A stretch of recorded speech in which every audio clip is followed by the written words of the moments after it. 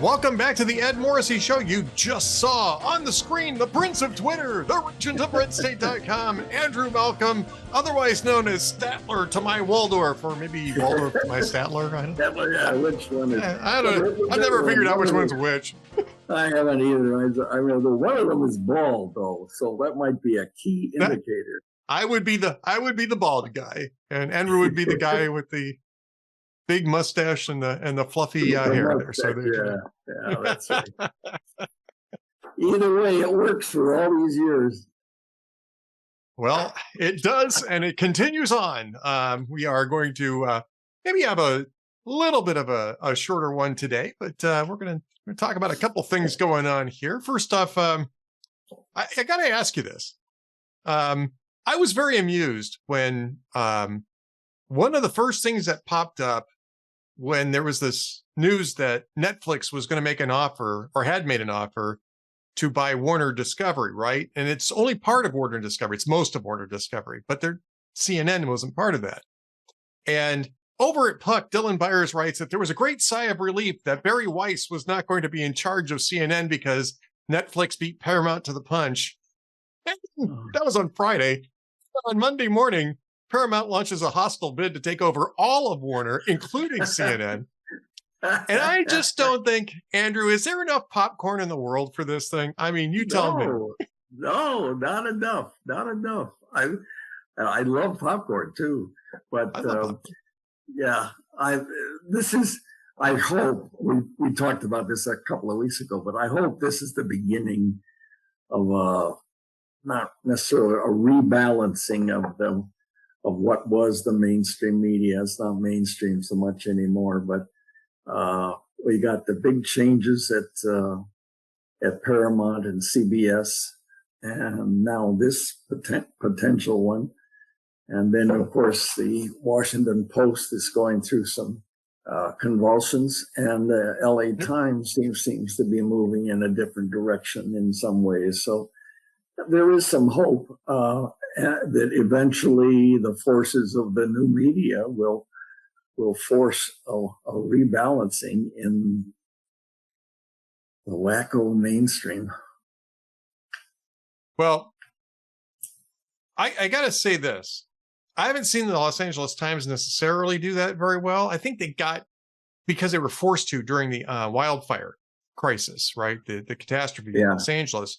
They were sort of forced to because it was clear that government there was so incompetent, maliciously incompetent and absent, that they didn't have much choice but to report it. I'm not sure, because I don't read it a lot. No. How much that has improved. However, I will tell you this, because this was interesting to me this morning. I don't know if you saw the Washington Post report about Texas Democrats. Did you happen to catch that? No. So the headline was Dems in disarray in Texas. And I actually thought just the headline was an improvement over the way the Washington Post would normally spin this whole thing with, because I mean, the Democrats are eating themselves trying to figure out, they're trying to play musical chairs with this redistricted map. And now Colin Allred wants to go back into the House, and he's going to primary the person who replaced him in the House. And again, there's not enough popcorn in the world, and I'm in Texas, so I get to really enjoy this. And Jasmine Crockett is going to run for the Senate seat. And, I don't know what I expected. I'm still a subscriber to the Washington Post, and I was going to cancel it. Now I'm kind of thinking I might keep it just to see how things are going along. So, you get these morning briefing type things, right? Right. And this is actually what it's called. It's called the morning brief. And I get this thing. It says Dems in disarray in Texas. So I'm thinking, okay, well, this is interesting. I wonder how long it takes to get to Republicans seizing or Republicans pouncing, or how they mention that Republicans are actually the problem. I was almost sort of thinking that Jasmine Crockett would get portrayed as a breath of fresh air. And Andrew, I have to tell you, I was absolutely shocked at the way the Washington Post covered it. They actually covered it correctly. Oh, there wasn't a pounce or a seize. There was not a pounce or a seize by Republicans in this entire article. And it didn't even mention redistricting, except for the fact that it was a redistricted map. And so all the lines changed, and that's it. There was no editorial judgment being, Yeah, layered in. yeah. Well, yeah, that is encouraging. I know they have the convulsions on the editorial page, and I think there's a reorganization or redirection going on in the LA Times editorial, which I haven't read it either, but I've heard there've been some contacts with some people I know about writing for them, which you wouldn't expect. So hopefully there's something subterranean going on there these days. I haven't heard anything. Nobody's reached out to me to write for them. Just to underscore this, in case anybody's asking, I have not signed up for the cocktail hour in the swamp. Nobody's. But to be fair, I haven't signed up for it because nobody's invited me to sign up for it. Right. But yeah, I've heard the same thing, and I think that's largely fair. They brought in, I forget the guy's name, but he's actually looking to add actual conservatives, not the Jen Rubin type of House conservative voice, who's just absolutely nuts. They're looking for people who can speak across the spectrum. I'm fine with that, right? Yeah, of course. I don't have any problem with that at all. And they used to have that with Hugh Hewitt until Jonathan Capehart insulted him during a podcast, and Hugh walked off and said, "That's it, I'm done." And and that was really the last conservative voice I was interested in at the Washington Post. And since then, they brought other people in. I haven't paid a lot of attention to that, but the reporting has actually been pretty good. Yeah. CBS News had an article today. And actually, I've seen other things from CBS that make me feel like that Barry Weiss is actually making some changes there. And an article today about Turning Point USA, right? This is Charlie Kirk's organization. His wife is now running it. His widow's now running it. And apparently people have been spreading rumors that there were donors that were complaining about how the money was being handled, and that there was the IRS was investigating and stuff like that. And CBS actually ran a piece today saying that they had looked into this, and the IRS is saying nobody's investigating Turning Point USA. Their books are clean. And they ran it. They had a breaking news headline on it. Oh, that's great. Yeah. I mean, Andrew, we might not have much to talk about if the protection racket media is somehow I think we'll be able to dig something up. Yeah. You think we'll be able to slog through a podcast every week? It's interesting. It's just interesting to me. Last week, this was part of my column on Sunday. Last week, when the Washington Post ran this, I guess you could call it a partial account of the first boat bombing. A day or so later, the New York Times ran the full account and basically lambasted the Washington Post. So competition took hold there, and they got a spanking. I'm not sure how many people saw the change, but that's encouraging. I think we wrote about it. I didn't write about it, but I think one of the people here at Hot Air wrote about it. It may have been John that wrote about it. But yeah, I mean, that's the New York Times. I'm extremely skeptical that the New York Times is going to turn that ship around. Because ownership hasn't changed, and the ownership's direction hasn't changed. You talked about the Los Angeles Times. Well, you got Patrick Soon-Shiong, who is saying he wants the Times to start speaking to everybody and not just the elite left. Jeff Bezos brought in Will Lewis to turn that around, and I got to say, I think that there's been a huge investment in that, because they've kicked a hell of a lot of people out of that organization. Told them take a buyout and leave if you're not going to be part of our new direction. People did, and they haven't. I mean, it hasn't bothered them much, right? They're hurting on online subscriptions, and they got devastated over the last few years. I think they lost almost 1 million. But it's tumultuous, and as it should be. If there's going to be change, the Bezos gets resistance, Lewis gets resistance, and it takes time to right the ship and turn it and get the crew members you trust. Well, and again, you did cover this in your Sunday column. New dangers emerge from media selective coverage of drug boat attacks. And, the dangers that emerge from this is that, being misinformed about what's actually going on leads to potential consequences in terms of policy, in terms of security, right? We're talking about and war on drugs. Yeah. Well, elections too. I mean, we don't have any special elections coming up in the near future, which is good. But we have the midterms though. And if people, I mean, I know they're annoyed at Trump for other reasons, but if people take that Washington Post account, which was then trumpeted by other media, and they don't counter it, they're not conscientious, and not everybody has time to triangulate and find out the full account from somebody else, then they're making a decision next fall on like you said, false information. And that's dangerous. You don't have to agree with the policies, but you ought to make, what's the word, conscientious decisions that are based on accurate information. And right, we don't often have that. We have pieces of information. People take that and they run with it as if that's the whole truth. Like the Washington Post story last week on the boat bombing. It wasn't the truth. Yeah, it was.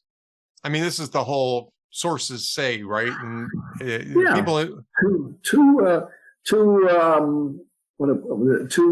unidentified sources who asked for anonymity because they're speaking about sensitive issues. Just two.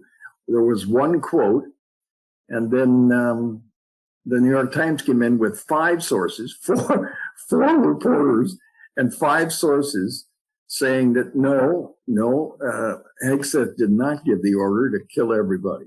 And there were other things that the Washington Post got wrong. So it's good that it happened. I wish it would happen more often, but it's a hopeful sign. Yeah. And I mean, we certainly talk about the reliability of sources. And this is one of the things that we talk about anonymous sources. This is actually one of those situations where you might consider the use of a confidential source to be somewhat reasonable, because this is it involves national security type of situations. And it could be that type of thing. There's a bunch of stuff that people use. I mean, everybody uses anonymous sources now for stuff that really, like gossipy type stuff, what the strategy is going to be for for the next week's messaging or something like that. Why would you need an anonymous source for that? Right.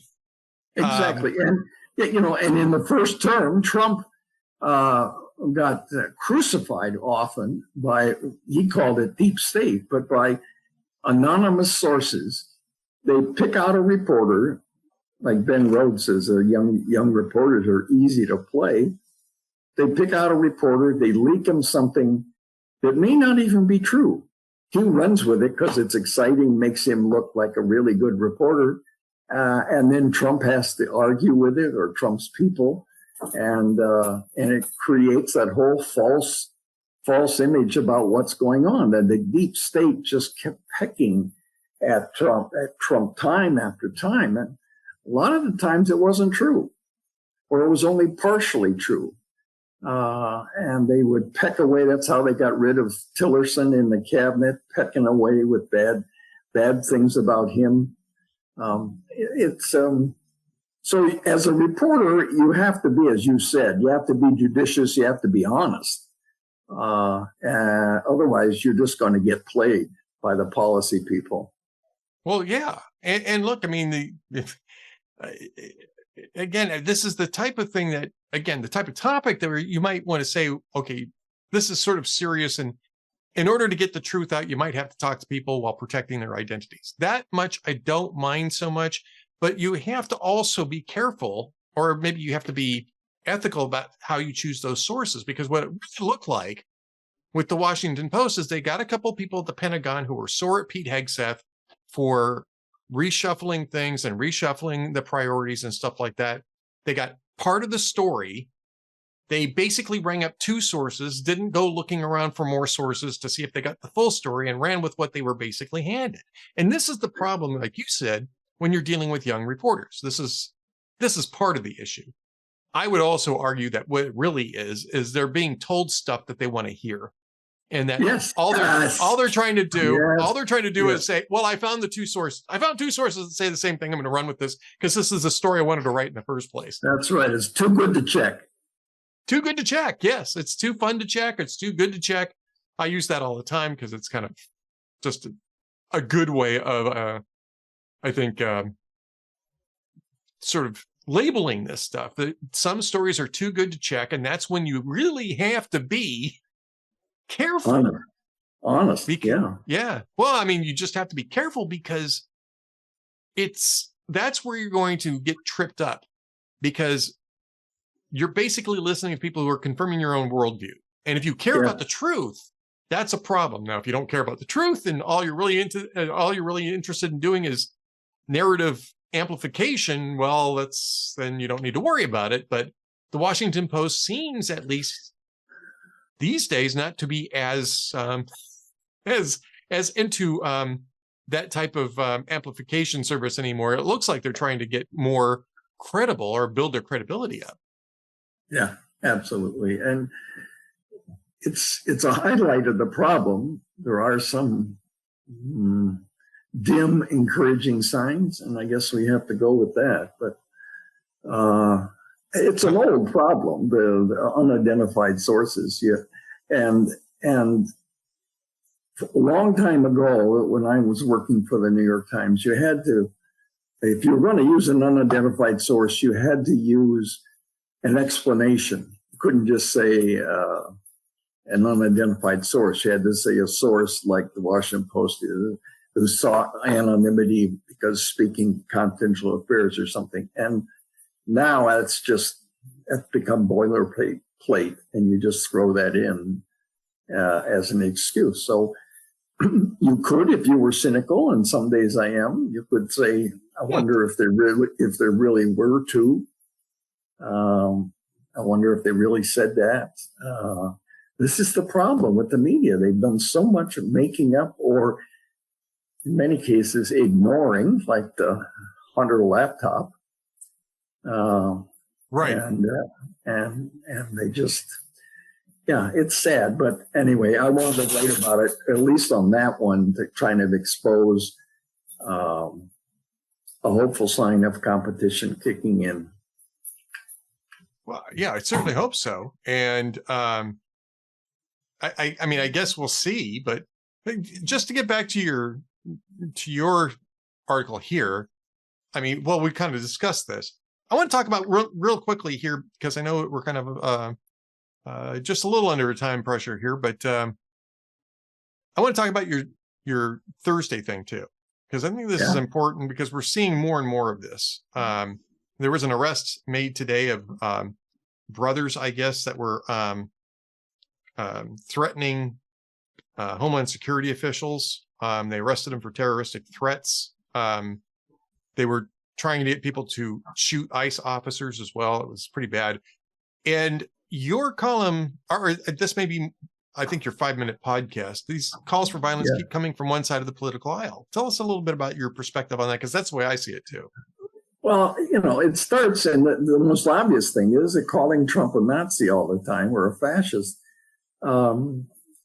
If you're weak-minded, that could suggest, like some potential assassins, that you could really help out if you did something. And Jim Garrity has written about this and the lack of officialdom not really coming out against extreme language. And both sides have done it, but the left it's just chronic with them. This Trump derangement syndrome has taken over their mind, and it's polluted so many things. And Hakeem Jeffries calling for take to the streets and posing for the camera holding a baseball bat. Come on. This is supposed to be the head Democrat in the House, and it's distasteful. It's also scary, and I guess maybe we never know what the motivation was for the Butler shooter, but they just need to be careful. Public figures need to be more careful and not get carried away with their opposition, because the left and the party, the Democrat Party, is not donating because they say they're not being hard enough on Trump. Well, being hard on somebody isn't saying they're a fascist. You come up with alternative ideas. You criticize the substance of programs. But name calling. Remember grade school, at least when I was in grade school, sticks and stones may break my bones, but names will never hurt me. And I mean, that's just so juvenile. Yeah. Well, it is. It's juvenile. And I think it has to do a lot with the idea of, this is sort of my philosophy on this, is that the problem is that government is just doing too much. And it's too much a part of people's lives. And that's the reason why politics has become a religion. And that's the reason why people just get so brittle about this. And brittle, I think, is the right word. People just get brittle about this. That's a great word. Yeah. And the religion part of it. Yeah. Yeah. I mean, that's why we need you as Pope, Ed, I think. Well, I don't know if I could be Pope. I'm not sure I could be Pope. It's easier to live with a Chicago White Sox fan than it is a Pittsburgh Steelers fan. Hey. Pittsburgh Steelers are having problems this year. And I know that you're delighted about it. I know you're delighted about that. Can't have enough for my mind, because I got so many on my side of the Browns. I know darn well that you are that you are just happy as all get out. The Pittsburgh Steelers are having their issues. What are they, 6-6? I don't know, man. I guess what I would say is that the what do you call him? The Aaron Rodgers era has not exactly been the super. I know we'll finish up with this really quickly. Mike Tomlin has been there an awfully long time. It's been an awfully long time since they've actually really fielded a good, solid season under Mike Tomlin. And it's in hockey, they change coaches because the point is sometimes the team collectively stops listening to the coach. They've heard him say the same thing too often, and they just don't get motivated by those words. And how many years? He's with 13 years or something. It's the longest. No, it's like 18 years, isn't it? I'm trying to remember when I don't know. It's been something like 17, 18 years. He's been there an awfully long time. I could be wrong about that, but I think he was a young guy. He was in his 30s when he took over that coaching job, and he's in his mid 50s now. So it's oh, jeez. Yeah, I mean, I don't know what to say. I don't know what to say, but it's been a while. Just say 6-6. That's enough. Yeah, 6-6. What are the Browns? 3-11 or something awful? Well, I mean, and look at the Chiefs. I know. The Chiefs are stinking. This become my alternative. My alternative to watch fun team. Well, Mahomes is still good. They're just not winning. Mahomes and Kelsey. That's a magic duo. When you see. They both know what the other's going to do. And, they haven't won. You're absolutely right. But watching really good players do their thing is really satisfying. Like watching Drew Brees or Joe Montana. I just love that. I love watching talent. I do. I'm not as much into football as I used to be, but I do like watching talent. I do like watching fun games. That's the reason why I haven't watched too many Steelers games this year. All right. We got to get to at least a joke of the week. I know that you don't have one today, but I got one for you. So, Okay. all right. An American, a Russian, and Italian are captured by hostile forces behind the lines, and they're being held as spies. And the guards come for the American first. They bind his hands, bind his feet, drag him off. And the other two hear his screams for an hour. Then nothing. They don't hear anything. Another hour, the guards drag him back in, cut his ties on his hands and his feet, and drop him on a bunk. The American is shaking his head. He says, all my training was for nothing. I told them everything. Then they take the Russian and bind his hands and feet and drag him. And they go at him for a couple of hours.